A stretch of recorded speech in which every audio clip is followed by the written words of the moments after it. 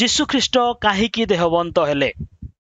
ଆମେ ଦେଖିଲୁ ଯେ ଯୀଶୁଖ୍ରୀଷ୍ଟ ମନୁଷ୍ୟ, ଯୀଶୁଖ୍ରୀଷ୍ଟ ଈଶ୍ୱର ଥିଲେ। ଆଉ ସେ ଯେତେବେଳେ ଏଇ ଜଗତକୁ ଆସିଲେ, ସେ କାହିଁକି ଏଇ ଜଗତକୁ ଆସିଲେ ସେଇ ବିଷୟ ଆଜି ଆମେ ଆଲୋଚନା କରିବା। ତେବେ ଯୀଶୁଖ୍ରୀଷ୍ଟ ଏଇ ଜଗତକୁ ଆସିଲେ, ଏହାର ଉତ୍ତର ଆମେ ଭିନ୍ନ ଭିନ୍ନ ପ୍ରକାର ଭାବରେ ବା ଭିନ୍ନ ଭିନ୍ନ ଭାବରେ ବାଇବଲରେ ଆମେ ଦେଖିବାକୁ ପାଉ। କିନ୍ତୁ ଆଜି କେତୋଟି ଗୁରୁତ୍ୱପୂର୍ଣ୍ଣ ବିଷୟ ବା କିଛି ବିଷୟ ଆମେ ଆଜି ଆଲୋଚନା କରିବା ଆଉ ଜାଣିବା ଯେ ଯୀଶୁଖ୍ରୀଷ୍ଟଙ୍କୁ କାହିଁକି ଗୋଟିଏ ଶରୀର ଧାରଣ କରିବା ଆବଶ୍ୟକ ଥିଲା ବା ଈଶ୍ୱର କାହିଁକି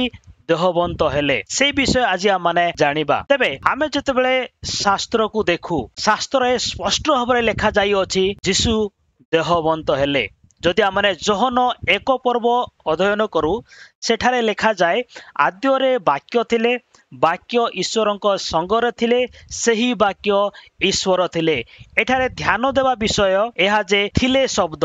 ଏଠି ଲେଖାଯାଉଛି ବାକ୍ୟ ଥିଲେ, ଈଶ୍ୱରଙ୍କ ସଙ୍ଗରେ ଥିଲେ, ଈଶ୍ୱର ଥିଲେ। ଯଦି ଏଇ ଯୋଉ ବାକ୍ୟ ବ୍ୟବହାର କରାଯାଇଛି ବା ଏଇ ଯୋଉ ବାକ୍ୟ ବୋଲି ଲେଖାଯାଇଛି, ଏହା ଯଦି କେବଳ ବାକ୍ୟ ହୋଇଥାନ୍ତା, ବାକ୍ୟ ଥିଲା ବୋଲି ଲେଖାଯାଇଥାନ୍ତା, ବାକ୍ୟ ଈଶ୍ୱରଙ୍କ ସଙ୍ଗରେ ଥିଲା ଆଉ ସେହି ବାକ୍ୟ ଈଶ୍ୱର ଥିଲା, ଏଇ ପ୍ରକାର ଭାବରେ ଲେଖାଯାଇଥାନ୍ତା। କିନ୍ତୁ ଯେତେବେଳେ ଏହି ବାକ୍ୟକୁ ଥିଲେ ବୋଲି ଲେଖାଯାଉଛି, ଆଉ ଏହି ଥିଲେ ଶବ୍ଦ ପ୍ରାୟ ବ୍ୟକ୍ତିମାନଙ୍କ ପ୍ରତି ବ୍ୟବହାର କରାଯାଏ। ଏହି ଥିଲେ ଶବ୍ଦ ମନୁଷ୍ୟମାନଙ୍କ ନିମନ୍ତେ ବ୍ୟବହାର କରାଯାଏ ବା ଗୋଟିଏ ବ୍ୟକ୍ତି ଯାହାକୁ ଆମେ ସମ୍ମାନ ଦେଉ ସେଇ ପ୍ରକାର। ଆଉ ଅନ୍ୟ ଭାବରେ କହିଲେ ଗୋଟେ ଜୀବିତ ବିଷୟକୁ ଥିଲେ ବୋଲି ଆମେ ବ୍ୟବହାର କରିଥାଉ। ତେବେ ଏଠିରୁ ଆମେ ଜାଣିପାରୁଛୁ ଏଇ ଯୋଉ ବାକ୍ୟ ସାଧାରଣ ବାକ୍ୟ ନୁହେଁ, ଏଇ ଯୋଉ ବାକ୍ୟ ଜୀବନ୍ତ ବାକ୍ୟ। ସେଥିପାଇଁ ଯୋହନ ଯେତେବେଳେ ଏହା ଲେଖୁଅଛନ୍ତି, ସେ କହିଲେ ଆଦ୍ୟରେ ବାକ୍ୟ ଥିଲେ, ଈଶ୍ୱରଙ୍କ ସଙ୍ଗରେ ଥିଲେ, ଆଉ ସେହି ବାକ୍ୟ ଈଶ୍ୱର ଥିଲେ। ପୁଣି ସେ ଆଗକୁ ଲେଖନ୍ତି ସେ ଆଦ୍ୟରେ ଈଶ୍ୱରଙ୍କ ସହିତ ଥିଲେ। ତାପରେ ସେହି ବାକ୍ୟକୁ ଲେଖାଯାଉଛି ତାହାଙ୍କ ଦ୍ୱାରା। ଯଦି ସେହି ବାକ୍ୟ ନିର୍ଜୀବ ବାକ୍ୟ ହୋଇଥାନ୍ତା, ତେବେ ଏଠି ଲେଖାଯାଇଥାନ୍ତା ତାହା ଦ୍ୱାରା। କିନ୍ତୁ ଏହି ବାକ୍ୟକୁ ସମ୍ମାନ ସହିତ ତାହାଙ୍କ ଦ୍ୱାରା ବୋଲି ଲେଖାଯାଉଛି ବା ତାହାଙ୍କ ଶବ୍ଦ ବ୍ୟବହାର କରାଯାଉଛି। ତେବେ ଏଠିରୁ ଆମେ ଜାଣିପାରୁଛୁ ଏଇ ଯୋଉ ବାକ୍ୟ ଏଇଟା ଗୋଟେ ସାଧାରଣ ବାକ୍ୟ ନୁହେଁ। ତେବେ ଏହି ବାକ୍ୟ ଈଶ୍ୱର ଥିଲେ,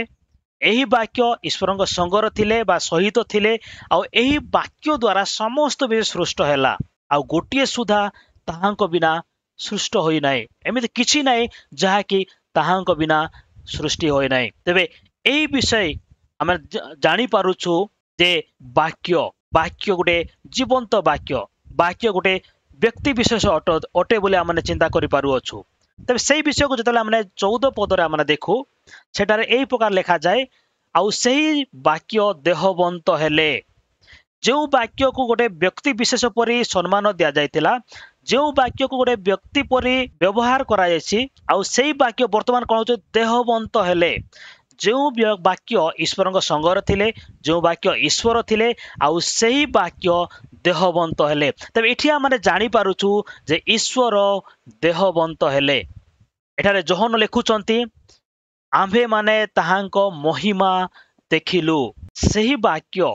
ଯିଏକି ଈଶ୍ୱର ଦେହବନ୍ତ ହେଲେ ଆଉ ଲୋକମାନେ କିମ୍ବା ଶିଷ୍ୟମାନେ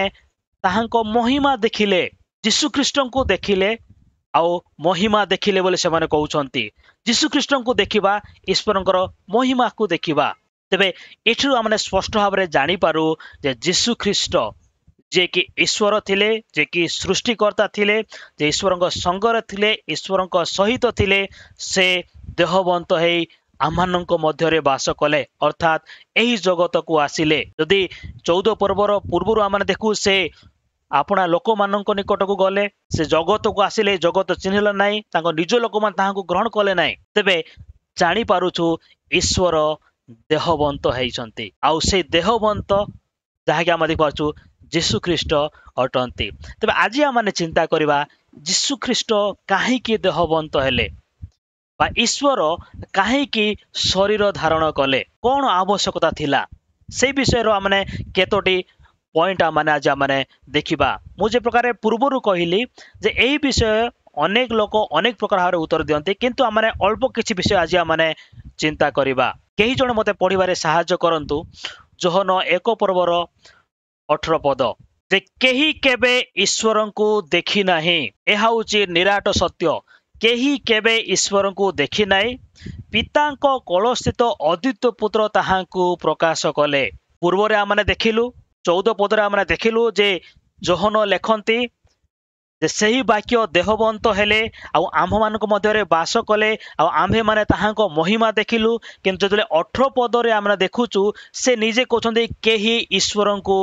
देखी नाहांती केही केबे ईश्वर को देखी नाही किए प्रकाश कले अद्वितीय पुत्र तांको प्रकाश कले तेबे आम जानी पारुछु सही ईश्वर काहेकि देहबंत हेले ईश्वर को प्रकाश करने निमंते जेहेतु आम से जोहन 4 पर्वर 24 पद अनुसार आम जानू जे ईश्वर आत्मा अटंती से लिखा जाए स्पष्ट भाव में ईश्वर आत्मा पुणी जो मैंने ताहांकर उपासना करती आत्मा और सत्य उपासना करने से उचित आउ जेहेतु से आत्मा अटंती से केही केबे ताहांको देखि पारे नाही आउ जीशु ख्रीष्ट से ईश्वर को प्रकाश कले आउ बा अन्य भाव जदि कहबा जीशु ख्रीष्ट द्वारा आम ईश्वर को देखि पारिबा सेथिपई जदि गोटे घटना माने देखि पारु आमने बाहर करबा यात्रा 33 पद यात्रा पुस्तक 33 पर्व रो 20 पद कई जन पढ़िबे तबे एठी आम देखुचु जे गोटे समय रे मशा विनती करुछंती मशा ईश्वर को निवेदन करुछंती से 18 पदर लिखा जाए से कहिले विनय करुअछि तुम्भे मते आपणा महिमा देखाओ ए पद को आम ध्यान देबा जे मशा ईश्वर को निवेदन करुछंती बा सदाप्रभु को निवेदन करुछंती से कहिले तुम्भे मते आपणा महिमा देखाओ आ 20 पदरे ईश्वर कहउछंती तुम्भे आमर मुख देखि पारिबो नाही कारण मनुष्य आमको देखि बंचिबो नाही जीशु ख्रीष्ट जेतेबेले एई जगत को आसिले से ईश्वर को प्रकाश कले आ जीशु ख्रीष्ट जेतेबेले शिष्य मानक सहित बास कले शिष्य माने ईश्वरंकर महिमा देखिले आ एठी हम माने देखि पारुछु जेतेबेले मशा ईश्वर कहउछंती महिमा देखाओ ईश्वर कहउछंती तुम्भे आमर मुख देखि पारिबो नाही तबे एठी मु कहबा विषय ईश्वर को महिमा आउ ईश्वर एटा को समान भाव रे एठी तुलना करा जायछि जे ईश्वर को महिमा देखिबा अर्थात ईश्वर को देखिबा मशा कहले मते आपणा महिमा देखाओ आउ ईश्वर कहउछंती जे तुम्भे आमर मुख देखि पारिबो नाही तेबे एई सब विषय आमने जानी पारुछु जे ईश्वर को आमने देखि पारिबे नाही ए प्रकार आउ गोटे विषय आमने घटना देखु जहा कि जोहन 14 पर्व रे लिखा जाउची जेतेबेले जीशु एई जगत थिले से समय रे फिलिप नामक जने शिष्य ताहांकु कहिले जीशु को कहिले जे आमानकु पिता को दर्शन कराओ से कहले जे आमाने पिता को देखा पाई इच्छा करूछु आमानकु पिता को दर्शन कराओ के जने पढ़िबे जोहन 14 पर्वर 8 पद तबे एठी आमाने देखि पारुछु फिलिप कहउछंती आम मानकु पिता को दर्शन करांतु ताहा आमानक निमंते यथेष्ट किंतु जीशु कौन कहले जीशु कहले फिलिप एते काल मु तुमानक सांगरे अछि आउ तुम्भे कोन मते जानिलो नाही जे मते दर्शन करी अछि से पिता को दर्शन करी अछि भला भाव चिंता जे मते दर्शन करी अछि से पिता को दर्शन करी अछि तेबे एही पद द्वारा हम जानी पारुछु जे जीशु ख्रीष्ट पिता को प्रकाश करबा निमंते आसीथिले बा जीशु ख्रीष्ट ईश्वर को प्रकाश करबा निमंते एही जगत को आसीथिले जीशु ख्रीष्ट ईश्वर को प्रकाश करबा निमंते देहबंत होइथिले जेहेतु ईश्वर आत्मा अटंती आउ केबे ताहांको केही देखि पारे नाही तेबे जीशु ख्रीष्ट ईश्वर को प्रकाश करबा निमंते आसीथिले द्वितीय विषय आमाने देखिबा जे से भाववाणी सफल करबा निमंते आसीथिले आमाने जदि देखिबा केही जने पढंतु आदि पुस्तक 3 पर्वर 15 पद तेबे एठी आमाने देखिबाकू पाउछु एठी लेखा जाए आदि पुस्तक 3 पर्वर 15 पद ईश्वर एठी कहउछंती आउ आम्भे तुम्भर ओ नारीर मध्य रे एडा शैतान को से कहउछंती जे तुम्भर ओ नारीर मध्य रे पुणी तुम्भ वंश ओ नारी वंश मध्य रे वैर भाव जन्माइबा एई गुटे भाववाणी ईश्वर पूर्वर से कहले जे से तुम्भर मस्तक को आघात करिवे आउ तुम्भे ताहांको गोइठी को आघात करिवो तबे एई जो नारीर वंश एई विषय आमाने देखि पारुचु एहा जीशु को बुझाए जदि आमने माथ्यू 1 पर्व देखु तबे सेठारे स्पष्ट भाव में ए विषय लिखा जाउची जहा कि जीशु ख्रीष्टंकर नारीर वंश को बुझाए सेठारे ए प्रकार लेखा जाए आमे जदि से माथ्यू 1 पर्व को आमने देखू सेठी प्राय लेखा होची समस्तक विषय रे लेखा जाउची प्राय अनेक जन्म विषय रे लेखा जाउची सेठ लेखा जाउची जन्म देले जन्म देले जन्म देले एई शब्द बारंबार व्यवहार होउची किंतु जेतेबेले यीशु ख्रीष्टक विषय रे लेखा जाउची जेतेबेले आमने माथ्यू 1 पर्वर 16 पद पढ़ू सेठारे लेखा जाउची जे मरियम को गर्भरू यीशु जन्म हेले जन्म देले अर्थ जड़े लोकंक इच्छा द्वारा बा जन लोकंक योजना द्वारा जन्म हेबा जे प्रकार आमे कि प्रकार जन्म हेलु आमन पिता माता को इच्छा योजना आउ सेमानक द्वारा माने जन्म हे अछु किंतु एटारे यीशु जन्म हेले तार अर्थ से ईश्वरक द्वारा ईश्वरक इच्छा अनुसार जन्म हेले जेहेतु से ईश्वर को द्वारा जन्म हे अछंती सेतिपई नारी रो वंश बोली तांको कहा जाए जेतु सेई नारी कुमारी थिले आउ सेई नारी रो सहवास पूर्वे से जन्म ग्रहण करि अछंती सेतिपई यीशु ख्रीष्ट को नारी रो वंश बोली कहा जाए आउ एही भाववाणी सफल करिबा निमंते यीशु ख्रीष्ट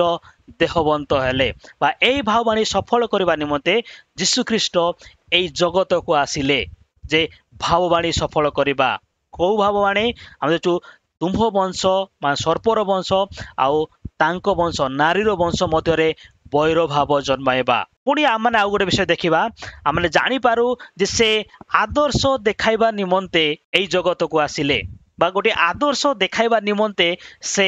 देहवंत हेले आमने पढ़िबा प्रथम पितर 2 पर्वर 19 पद तबे एठी आमने देखि पारुछु जे 19 पद लेखा जाए केही जेबे ईश्वर को साक्षात माने अन्याय रे दुख भोग करी कष्ट सह्य करे लिखा जाउची पितर लेखुचंती जदि तुम्हे माने अन्याय रे दुख भोग करी कष्ट सह्य करूछ तबे सेटा होची प्रशंसार विषय ईश्वरंकर निकट रे गोटे प्रशंसार विषय सत्कर्म करी दुख सह्य करिबा प्रशंसार विषय आउ से विषय आमने देखि पारुछु जेतेबेले 21 पद पढुछु सेटा लेखा जाए एथि निमंते ही तुम्हे माने आहूत होई अछ कौन सत्कर्म कले सुधा आमान जीवन रे दुख आसी थाए आमाने न्याय कले सुधा आमान प्रति कष्ट आसी थाए आ एथि सकाशे तुमाने आहूत होई अछ आमान एथि पई कोन हेचु आहूत होई अछु काहे कि लेखा जाउची कारण तुम्हे माने जेपरि ख्रीष्टंक पदचिन्ह दे गमन कर सेथि पई से मध्य तुमानक निमंते दुख भोग करी तुमानक गोटे आदर्श देखाई दे जाई अछंती यीशु ख्रीष्ट जेतेबेले एई जगत को आसिले से मध्य निर्दोष भाव रे दुख सह्य कले निर्दोष भाव रे से कष्ट पाइले निर्दोष भाव रे से मृत्युवरण कले तब एई आदर्श देखाइबा निमंते से एई जगत को आसिले से एई जगत को आसिले जेतेबेले हमने यीशु को ग्रहण करू जेतेबेले हमने ईश्वर को निकट को जाऊ एई जगत रे आमान को निमंते कष्ट अछि आमने आउ गोटे पद पढ़िबा जोहन 15 पर्वर 18 पद तबे एठारे यीशु कहउछंती आपना शिष्य माननकू से कहउछंती जे जगत तुमानकू घृणा करे एई विषय आम्हे माने मध्य आछि मने रखिबा अधिक जरूरी अटे जे जगत आमानकू घृणा करे काहे कि जेतु जगत यीशु ख्रीष्ट को घृणा करि अछि आर आमान को घृणा करया पूर्वे यीशु ख्रीष्ट को जगत कोन करि अछि घृणा करि अछि एया जानि रख तापर आमर देखुछु जदि तुमाने जगत रु उत्पन्न होई थांत तेबे जगत तुमान को आपनार लोक जानि स्नेह करंता तबे एठारे कहउछंती जेतेबेले तुमाने मो निकट को आसुछ मोर शिष्य होउछ जगत तुमान को घृणा करिवो जेहेतु तुमाने जगत उत्पन्न नुह जदि तुमाने जगत उत्पन्न होइथांत तेबे जगत आपनार लोक बोली स्नेह करिथांता तेबे एठारे यीशु स्पष्ट भाव में जणाइले शिष्य माननकू जे जगत तुमानकू घृणा करिवो बा अन्य भाव में कहले एही जगत रे तुम्भ मानक निमंते बा आम्भ मानक निमंते दुख भोग रही अछि आउ की प्रकार दुख भोग अन्याय रे दुख भोग सत्कर्म करे दुख भोग एई सब रे अछि और एई ठीक विषय यीशु ख्रीष्ट मध्य सह्य करथिले आ से गोटे आदर्श देखाई अछंती जोहन एई विषय को से लेखंती प्रथम जोहन 2 पर्व 6 पदरे जे तांको ठारे रहे बोली कहे ताहार ताहांको परि आचरण करिबा मध्य कर्तव्य आज आमने यीशु ख्रीष्टंको ठारे अछु बोली जदि आमने ଚିନ୍ତା କରୁଛୁ ଯୀଶୁଖ୍ରୀଷ୍ଟଙ୍କ ଠାରେ ଯଦି ଆମେ ବିଶ୍ୱାସ କରୁଅଛୁ ତ ଆମେ ଜାଣି ରଖିବା ଯେ ଆମେ ଯୀଶୁଖ୍ରୀଷ୍ଟଙ୍କ ପରି ଆଚରଣ କରିବା। ଆଉ ଯୀଶୁଖ୍ରୀଷ୍ଟଙ୍କର ଗୋଟେ ଆଚରଣ ଯାହା ଆମେ ବର୍ତ୍ତମାନ ଚିନ୍ତା କରୁଅଛୁ ଯେ ଯୀଶୁଖ୍ରୀଷ୍ଟ ସତ୍କର୍ମ କଲେ ସୁଦ୍ଧା ତାଙ୍କୁ ଦୁଃଖ ଭୋଗ ହେଇଥିଲା, ସେ ନିର୍ଦ୍ଦୋଷ ଥିଲେ ସୁଦ୍ଧା ସେ ମୃତ୍ୟୁବରଣ କରିଥିଲେ। ଆଉ ସେ ଏସବୁ କି ପ୍ରକାର କରିଥିଲେ? ଈଶ୍ୱରଙ୍କୁ ସାକ୍ଷାତ ମାନି। ତେବେ ଯୀଶୁଖ୍ରୀଷ୍ଟ ଏଇ ଜଗତକୁ ଆସିଲେ ଆମମାନଙ୍କୁ ଗୋଟେ ଆଦର୍ଶ ଦେଖାଇବା ନିମନ୍ତେ। କେଉଁ ଆଦର୍ଶ? ଯେ ସତ୍କର୍ମ କଲେ ସୁଦ୍ଧା ଆମମାନଙ୍କ ଜୀବନରେ ଦୁଃଖ ଆସିବ ବା ଜଗତ ଆମମାନଙ୍କୁ ଘୃଣା କରିବ। ପୁଣି ଆଉ ଗୋଟେ ବିଷୟ ଆମେ ଦେଖିବାକୁ ପାଉ ଯେ ବିଶ୍ୱାସୀ ମାନଙ୍କର ଗୋଟେ ମହାଯାଜକ ସେ ଅଟନ୍ତି। ଯୀଶୁଖ୍ରୀଷ୍ଟ ବା ଈଶ୍ୱର ଦେହବନ୍ତ ଏଥିପାଇଁ ହେଲେ ଯେ ପ୍ରକାରେ ସେ ଆମମାନଙ୍କ ନିମନ୍ତେ ଗୋଟେ ମହାଯାଜକ କହିପାରିବେ। ଏଭ୍ରି 2:17 ଲେଖାଯାଏ, ଅତଏବ ସମସ୍ତ ବିଷୟରେ ଆପଣା ଭ୍ରାତାମାନଙ୍କ ସଦୃଶ ହେବା ତାହାଙ୍କର ଉଚିତ ଥିଲା। ଭଲ ଭାବରେ ଚିନ୍ତା କରନ୍ତୁ, ଏଭ୍ରି 2 ଏହା ଲେଖାଯାଉଛି ଯେ ଈଶ୍ୱର କାହିଁକି ଆମମାନଙ୍କ ପରି ଗୋଟେ ଶରୀର ଧାରଣ କଲେ? ସମସ୍ତ ବିଷୟରେ ଆପଣା ଭ୍ରାତାମାନଙ୍କ ସଦୃଶ ହେବା ତାହାଙ୍କର ଉଚିତ ଥିଲା। ଲେଖାଯାଉଛି ଯେପରି ସେ ଲୋକମାନଙ୍କ ପାପର ପ୍ରାୟଶ୍ଚିତ କରିବା ନିମନ୍ତେ ଈଶ୍ୱରଙ୍କ ସେବା ସମ୍ବନ୍ଧରେ ଜଣେ ଦୟାଳୁ ଓ ବିଶ୍ୱସ୍ତ ମହାଯାଜକ ହୁଅନ୍ତି। ସେ ମହାଯାଜକ ହୋଇ ପାପର ପ୍ରାୟଶ୍ଚିତ କରିବା ନିମନ୍ତେ ଯୀଶୁଖ୍ରୀଷ୍ଟ କିମ୍ବା ଈଶ୍ୱର ଦେହବନ୍ତ ହେଲେ ବା ଶରୀର ଧାରଣ କଲେ, ଆମମାନଙ୍କ ସହିତ ବାସ କଲେ, ଆପଣା ଭ୍ରାତାମାନଙ୍କ ସଦୃଶ ସେ ହେଲେ। ଅର୍ଥାତ୍ ସେ ଆମମାନଙ୍କ ଯେଉଁ ସଦୃଶ ଜଣେ ମନୁଷ୍ୟ ସେ ହେଲେ, ଯେ ପ୍ରକାରେ ସେ ଦୟାଳୁ ଆଉ ବିଶ୍ୱସ୍ତ ମହାଯାଜକ ହୁଅନ୍ତି। ତାପରେ ଆମେ ଦେଖିପାରୁଛୁ ଏଭ୍ରି 3:1 ଲେଖାଯାଉଛି, ଅତଏବ ହେ ସ୍ୱର୍ଗୀୟ ଆହ୍ୱାନର ସହଭାଗୀ ପବିତ୍ର ଭାତୃଗଣ, ଆମ୍ଭମାନଙ୍କ ବିଶ୍ୱାସ ମତ ଅନୁସାରେ ପ୍ରେରିତ ଓ ମହାଯାଜକ ଯୀଶୁଙ୍କ ବିଷୟ ଭାବି ଦେଖ। ଏଠାରେ ଲେଖକ ଯୀଶୁ ଜଣେ ପ୍ରେରିତ ଆଉ ମହାଯାଜକ ବୋଲି ସେ କହୁଅଛନ୍ତି। ଯେହେତୁ ଲେଖକ ଜାଣିଥିଲେ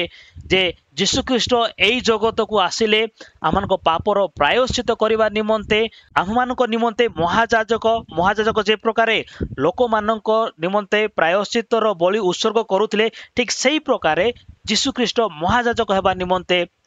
ଦେହବନ୍ତ ହେଲେ, ଅର୍ଥାତ୍ ଶରୀର ଧାରଣ କଲେ। ପୁଣି ଆମେ ଦେଖିବାକୁ ପାଇବୁ ଯେ ଈଶ୍ୱରଙ୍କ ସହିତ ସମ୍ମିଳିତ ହେବା। ପାଉଲ ଏହି ବିଷୟ ସେ କହନ୍ତି, ସେ କହୁଛନ୍ତି ଯେ ସେହି ସମ୍ମିଳନର ବାକ୍ୟ ଏହି, ଈଶ୍ୱର ଖ୍ରୀଷ୍ଟଙ୍କ ଠାରେ ଜଗତକୁ ଆପଣା ସହିତ ସମ୍ମିଳିତ କରୁଥିଲେ। ଈଶ୍ୱର ଖ୍ରୀଷ୍ଟଙ୍କ ଠାରେ ଆପଣାକୁ ଜଗତ ସହିତ ସମ୍ମିଳିତ କରୁଥିଲେ। ଆମେ ଜାଣୁ ଯେତେବେଳେ ମନୁଷ୍ୟ ପାପ କଲେ ବା ମନୁଷ୍ୟ ଜୀବନରେ ପାପ ଆସିଲା, ମନୁଷ୍ୟ ଈଶ୍ୱରଙ୍କ ଠାରୁ ସେ ବିଚ୍ଛିନ୍ନ ହେଇଗଲେ। ଆଉ ସେଇ ବିଚ୍ଛିନ୍ନତାକୁ ସମ୍ମିଳିତ କରିବା ନିମନ୍ତେ ଯୀଶୁଖ୍ରୀଷ୍ଟ ଏହି ଜଗତକୁ ଆସିଲେ। ଏହି ଜଗତରେ ଆସି ସେ ମୃତ୍ୟୁବରଣ କଲେ, ପୁନରୁତ୍ଥିତ ହେଲେ, ଯାହା ଫଳରେ ଆମ୍ଭେମାନେ କ'ଣ କରିପାରିବୁ? ପାପ କ୍ଷମା ପାଇ ଈଶ୍ୱରଙ୍କ ସହିତ ପୁଣି ଥରେ ସମ୍ମିଳିତ ହେଇପାରିବୁ। ସେଥିପାଇଁ ପାଉଲ ଅନ୍ୟ ଜାଗାରେ ସେ ଲେଖନ୍ତି ଯେ ଏକମାତ୍ର ଈଶ୍ୱର ଅଛନ୍ତି, ଆଉ ଈଶ୍ୱର ଓ ମନୁଷ୍ୟମାନଙ୍କ ମଧ୍ୟରେ ଏକମାତ୍ର ମଧ୍ୟସ୍ଥ ଅଛନ୍ତି, ସେ ଖ୍ରୀଷ୍ଟ ଯୀଶୁ ଜଣେ ମନୁଷ୍ୟ ଅଟନ୍ତି। ଯୀଶୁଖ୍ରୀଷ୍ଟ ହିଁ ଜଣେ ଯେ କି ମଧ୍ୟସ୍ଥ ଅଟନ୍ତି ଈଶ୍ୱରଙ୍କୁ ଆଉ ଆମ୍ଭମାନଙ୍କୁ ସମ୍ମିଳିତ କରିବା ନିମନ୍ତେ। ଏହି ବିଷୟର ସ୍ପଷ୍ଟ ଭାବରେ ଆମେ ଏଫେସୀୟ 2 ପଢ଼ିପାରିବୁ ଯେ ଖ୍ରୀଷ୍ଟ କି ପ୍ରକାର ଭାବରେ ଆମମାନଙ୍କୁ ସମ୍ମିଳିତ କରନ୍ତି। 13 ଲେଖାଯାଏ ଯେ କିନ୍ତୁ ପୂର୍ବେ ଦୂରରେ ଥିଲ ଯେ ତୁମ୍ଭେମାନେ ଏବେ ଖ୍ରୀଷ୍ଟ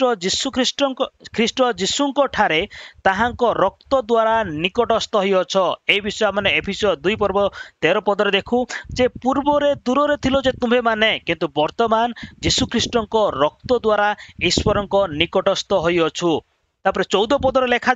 ଲେଖାଯାଏ ଯେ ବିଚ୍ଛେଦ ପ୍ରାଚୀର ଭଗ୍ନ କରି ଉଭୟକୁ ଏକ କରିଅଛନ୍ତି। ଈଶ୍ୱର ଆଉ ମନୁଷ୍ୟ ମଧ୍ୟରେ ଯେଉଁ ଶତ୍ରୁତା ଥିଲା, ଯେଉଁ ଶତ୍ରୁତା ସ୍ୱରୂପ ମଧ୍ୟବର୍ତ୍ତୀ ବିଚ୍ଛେଦ ପ୍ରାଚୀର ଥିଲା, ସେଇ ବିଷୟକୁ ଭଗ୍ନ କରି ଯୀଶୁଖ୍ରୀଷ୍ଟ ଉଭୟକୁ ଏକ କରିଅଛନ୍ତି। ତାପରେ 16 ଲେଖାଯାଉଛି ଆଉ କ୍ରୁଶ ଦ୍ୱାରା ଶତ୍ରୁତା ବିନାଶ କରି ତଦ୍ୱାରା ଉଭୟକୁ ଏକ ଶରୀର ସ୍ୱରୂପ ଗଠନ କରି ଈଶ୍ୱରଙ୍କ ସହିତ ମିଳିତ କରାନ୍ତି। ଯୀଶୁଖ୍ରୀଷ୍ଟ ଏଥିପାଇଁ ଜଗତକୁ ଆସିଲେ जहा फल से ईश्वर को आंभ मानू मिलित कराती कि प्रकार निजर क्रूस द्वारा निजर मृत्यु द्वारा निजर रक्त द्वारा जीशु ख्रीष्ट आम सम्मिलित करने निमंते यही जगत को आसीथिले। अन्य भाव में कहले ईश्वर शरीर एथिपाई धारण कले जे प्रकार आम सहित सम्मिलित हो पारिबु। वर्तमान आम देखा जे से पाप निमंते एक बलि भाव में उत्सर्गकृत हेबा निमंते आसिले। आमने समस्ते बाहर करवा एवरी 10 पर्वर एक पद। तबे एठी देखुचु जाजक माने कौन करुथिले जे वर्ष को वर्ष एक प्रकार बलि उत्सर्ग करुथिले। आ एई एक प्रकार बलि उत्सर्ग करिबा द्वारा उपासक माने कदापि सिद्ध हो पारिले नाही। तापर 3 पदर लिखा जाए जे सेई सबु बलि रे वर्ष को वर्ष पाप स्मरण करा जाए। पुरातन नियम रे जो बलि करा जाउथिला तबे सेई सबु बलि रे सिद्धिता आसु नथिला बा सिद्ध हो पारु नथिले। सेई बलि द्वारा पाप स्मरण करा जाउथिला किंतु पाप हरण करा जाउ नथिला। सेई 10 पर्वर 4 पदर लिखा जाए कारण वृष और छागर रक्त जे पाप हरण करिवो एहा असंभव। वृष किंबा छाग सेई रक्त पाप केबे हरण करि पारिबो नाही, एहा असंभव विषय अटे। सेथिपाई ख्रीष्ट जगत को आसिले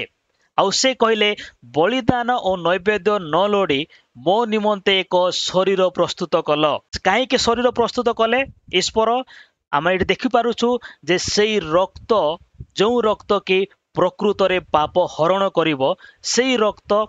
आवश्यकता थिला। सेथिपाई गोटे शरीर प्रस्तुत कले। 5 पदर लिखा जाए ख्रीष्ट जगत को आगमन करी कहंती नैवेद्य न लोड़ी मो निमंते एक शरीर प्रस्तुत कल। तापर आमने आगो को देखि पारुछु से 10 पर्वर 10 पदरे लिखा जाउची जीशु ख्रीष्टଙ୍କ शरीर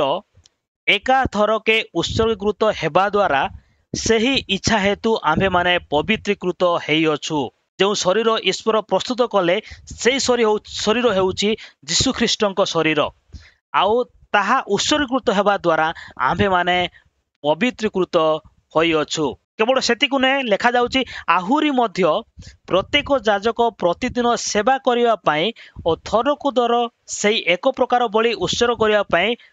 ठिया होई थांती। एही सबु केबे पाप हरण करि पारे नाही, मात्र से पाप निमंते केवल एक बलि उत्सर्ग कला उतारे ईश्वरଙ୍କ दक्षिण पार्श्वरे चिरकाल पई उपवेशन कले। तबे एठी एही प्रकार लिखा जाउची जे जो बलि थिला जोड़ा के पाप हरण करि पार नाही से माने वर्ष को वर्ष बलि करुथिले बलि उत्सर्ग देउथिले आउ सेही बलि द्वारा केवल पाप स्मरण करा जाउथिला किंतु पाप हरण करा जाउ नथिला। तो ठीक सेही प्रकार जीशु ख्रीष्ट एही जगत को आसिले सेही शरीर नै जो शरीर ईश्वर प्रस्तुत कले आउ से निजको उत्सर्गीकृत कले निजको बलि भाव में से उत्सर्गीकृत करी वर्तमान से कौन करुछंती ईश्वरଙ୍କ दक्षिण पार्श्वरे चिरकाल पई उपवेशन कले। तेबे जीशु ख्रीष्ट एही जगत को आसिले अर्थात आमने जहाँ देखुचु ईश्वर देहबंत हेले आमानक पापर बलि सकाशे।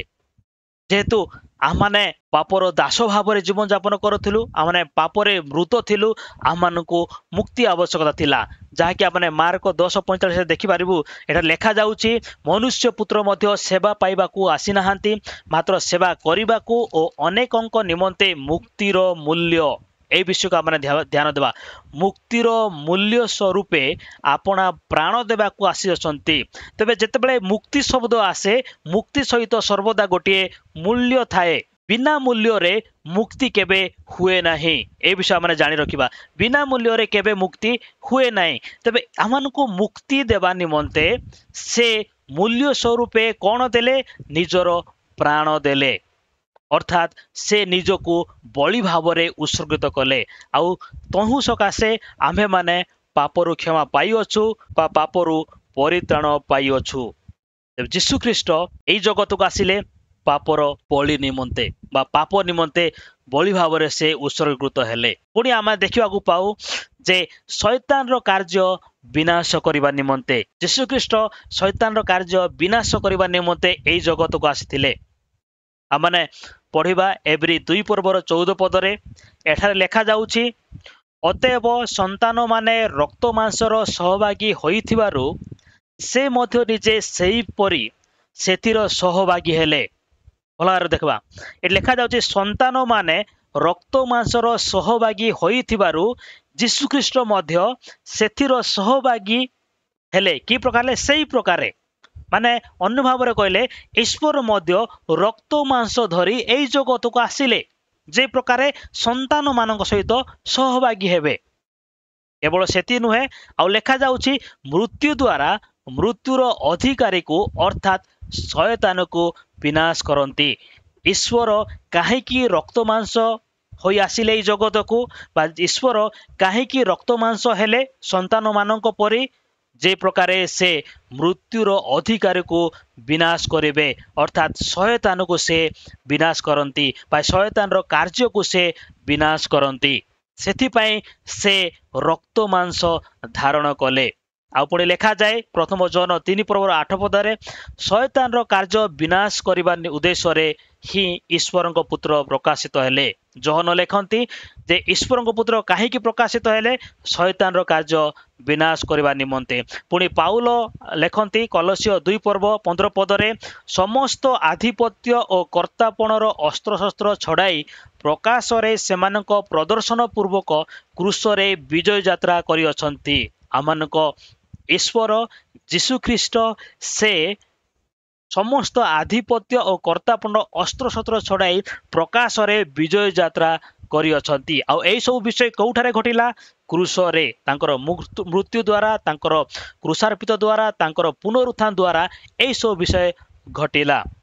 ତାପରେ ଆମେ ଦେଖୁଛୁ ଆଉ ଗୋଟେ ବିଷୟ ଯୀଶୁ କହନ୍ତି ଯେ ମୁକ୍ତି ଓ ଅନୁଗ୍ରହ ବର୍ଷ ଘୋଷଣା କରିବା ନିମନ୍ତେ ଯୀଶୁ ତାଙ୍କର ସେବା କାର୍ଯ୍ୟ ଆରମ୍ଭ କରିବା ସମୟରେ ସେ ଏହି ବିଷୟ କହିଲେ ଆମେ ଦେଖୁ ଲୁକ 4:18 ଏହି ପ୍ରକାର ଲେଖାଯାଏ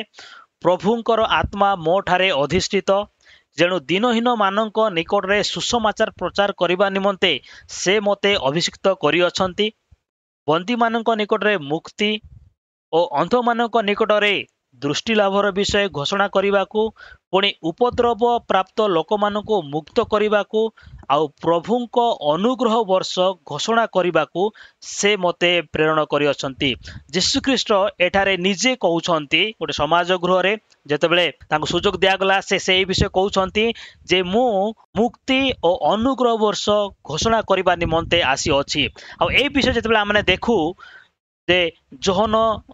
ସେ ସ୍ପଷ୍ଟ ଭାବରେ ଲେଖିଲେ ଯେ ଯୀଶୁଖ୍ରୀଷ୍ଟ ସତ୍ୟ ଆଉ ଅନୁଗ୍ରହରେ ପରିପୂର୍ଣ୍ଣ ଥିଲେ ମୂଷାଙ୍କ ଦ୍ୱାରା ବ୍ୟବସ୍ଥା ଆସିଲା ଯୀଶୁଖ୍ରୀଷ୍ଟଙ୍କ ଦ୍ୱାରା ସତ୍ୟ ଆଉ ଅନୁଗ୍ରହ ଆସିଲା ତେବେ ଏଇ ଯୀଶୁଖ୍ରୀଷ୍ଟ ଯେତେବେଳେ ଏଇ ଜଗତକୁ ଆସିଲେ ସେଇ ସମୟଠାରୁ ଅନୁଗ୍ରହର ବର୍ଷ ଆରମ୍ଭ ଆଉ ସେଇ ଅନୁଗ୍ରହ ଆମମାନଙ୍କ ପ୍ରତି ଥିବାରୁ ଆଜି ଆମମାନେ ପରିତ୍ରାଣ ପାଇଅଛୁ ତେବେ ଯୀଶୁଖ୍ରୀଷ୍ଟ ମୁକ୍ତି ଘୋଷଣା କରିବା ନିମନ୍ତେ ଆସିଲେ ଆଉ ଅନୁଗ୍ରହର ବର୍ଷ ଘୋଷଣା କରିବା ନିମନ୍ତେ ଆସିଲେ ଅନ୍ୟ ଭାବରେ କହିଲେ ଯୀଶୁଖ୍ରୀଷ୍ଟଙ୍କ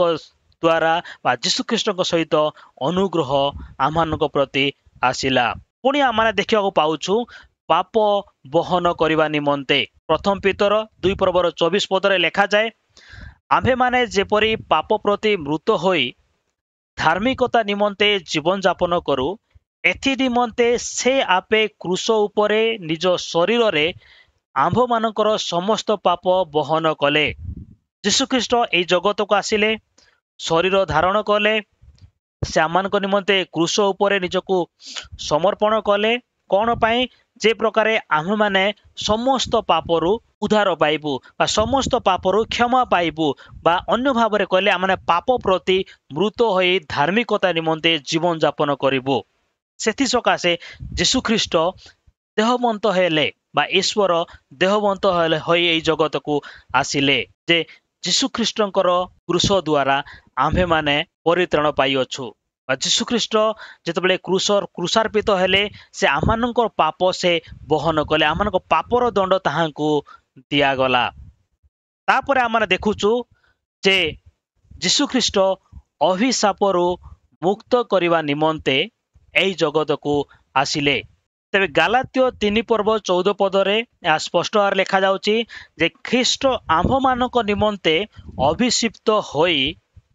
ବ୍ୟବସ୍ଥାର ଅଭିଶାପରୁ ଆମ୍ଭମାନଙ୍କୁ ମୂଲ୍ୟ ଦେଇ ମୁକ୍ତ କଲେ ଯୀଶୁଖ୍ରୀଷ୍ଟ ଆମମାନଙ୍କୁ ମୂଲ୍ୟ ଦେଇ ମୁକ୍ତ କରିଛନ୍ତି कौन पाई अभिशापरू केउथरु आमनकु मुक्त करछंती अभिशापरू केउ अभिशाप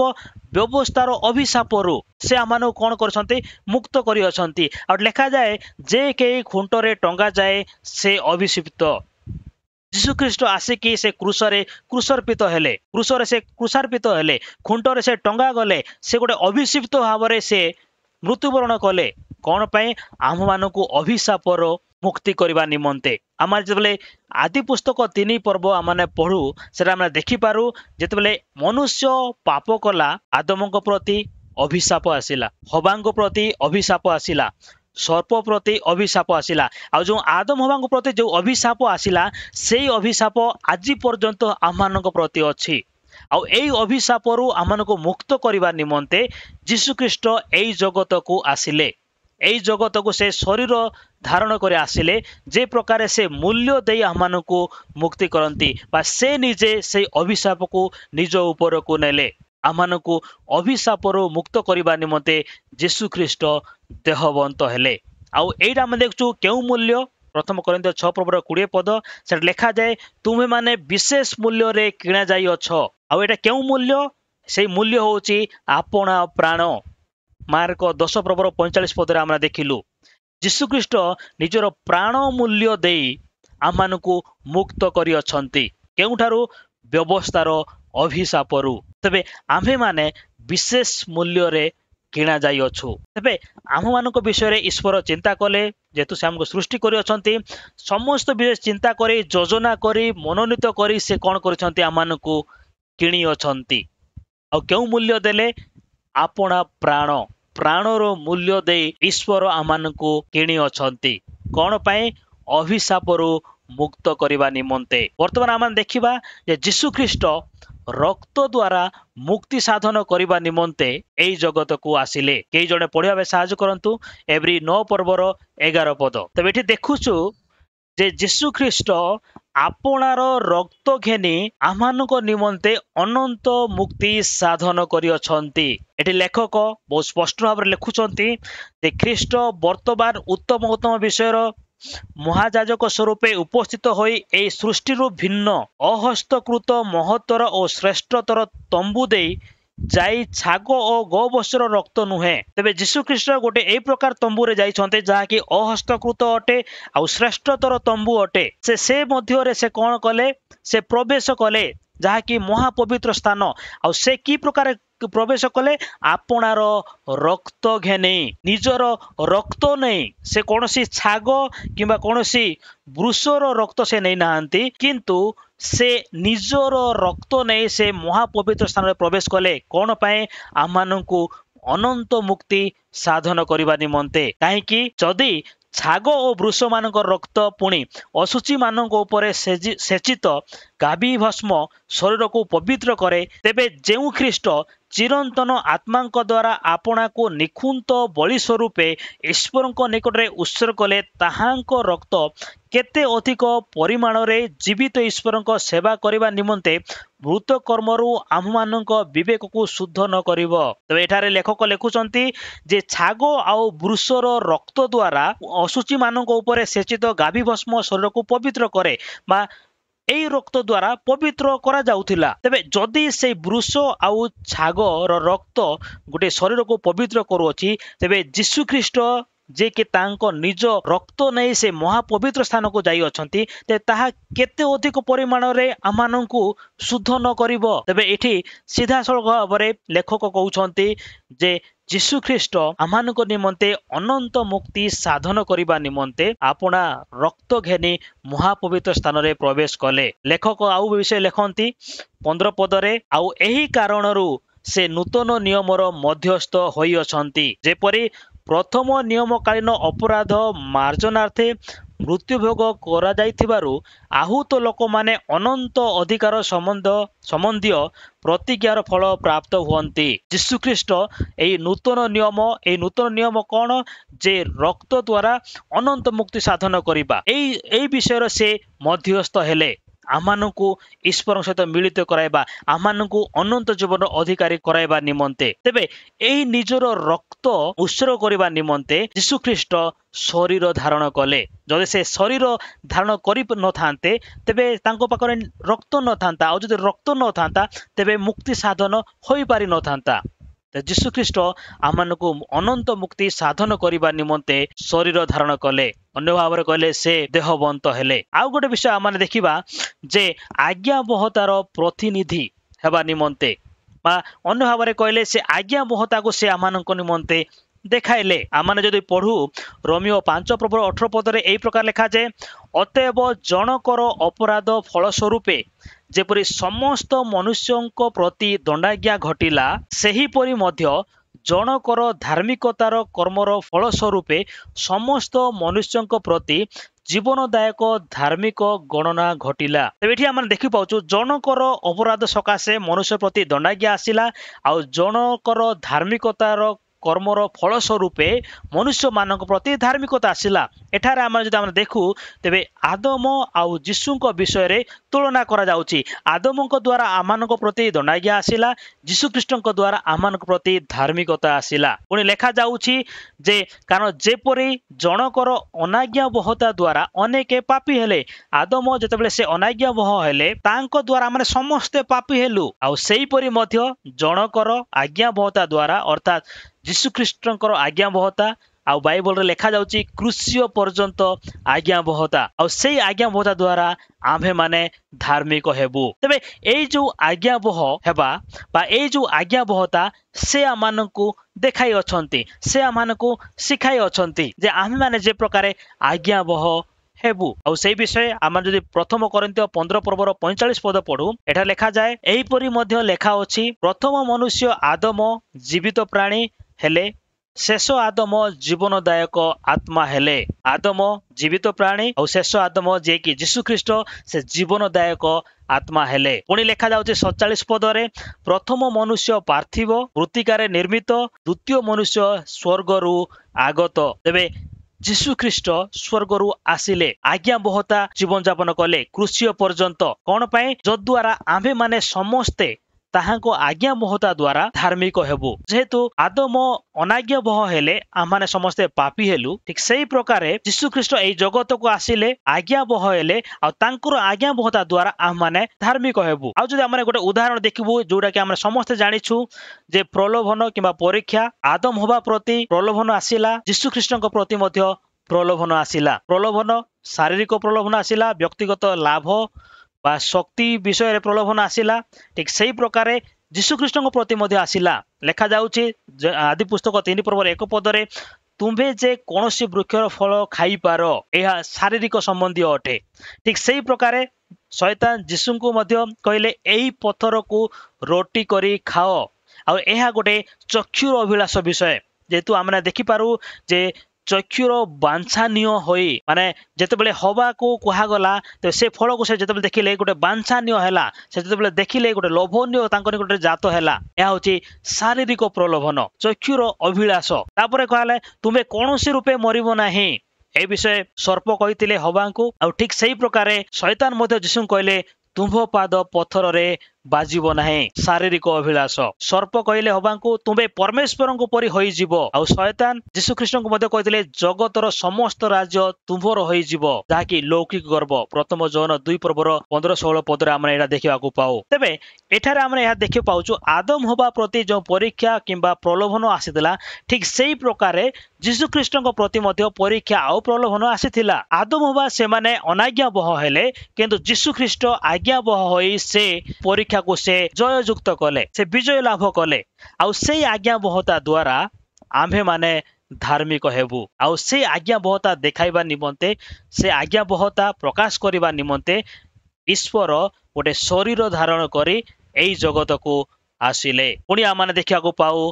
जे सृष्टि को कर्तृत्व करबा निमंते बा अन्य भाव कहले उद्देश्य सफल हेबा निमंते आमने गोटे पद पढ़िबा समस्ते आदि पुस्तक 1 पर्वर 28 पद। तबे एठारे आमने देखुछु परमेश्वर से माननकु आशीर्वाद कले अर्थात आदम हवा को आशीर्वाद कले आ से कहले प्रजावंत और बहुवंश हुओ पृथ्वी को परिपूर्ण करी बसीभूत कर आ शेषर कहले जे जलचर मत्स्यगण ଓ ଖେଚର ବକ୍ଷୀଗଣ ଓ ଭୂଚର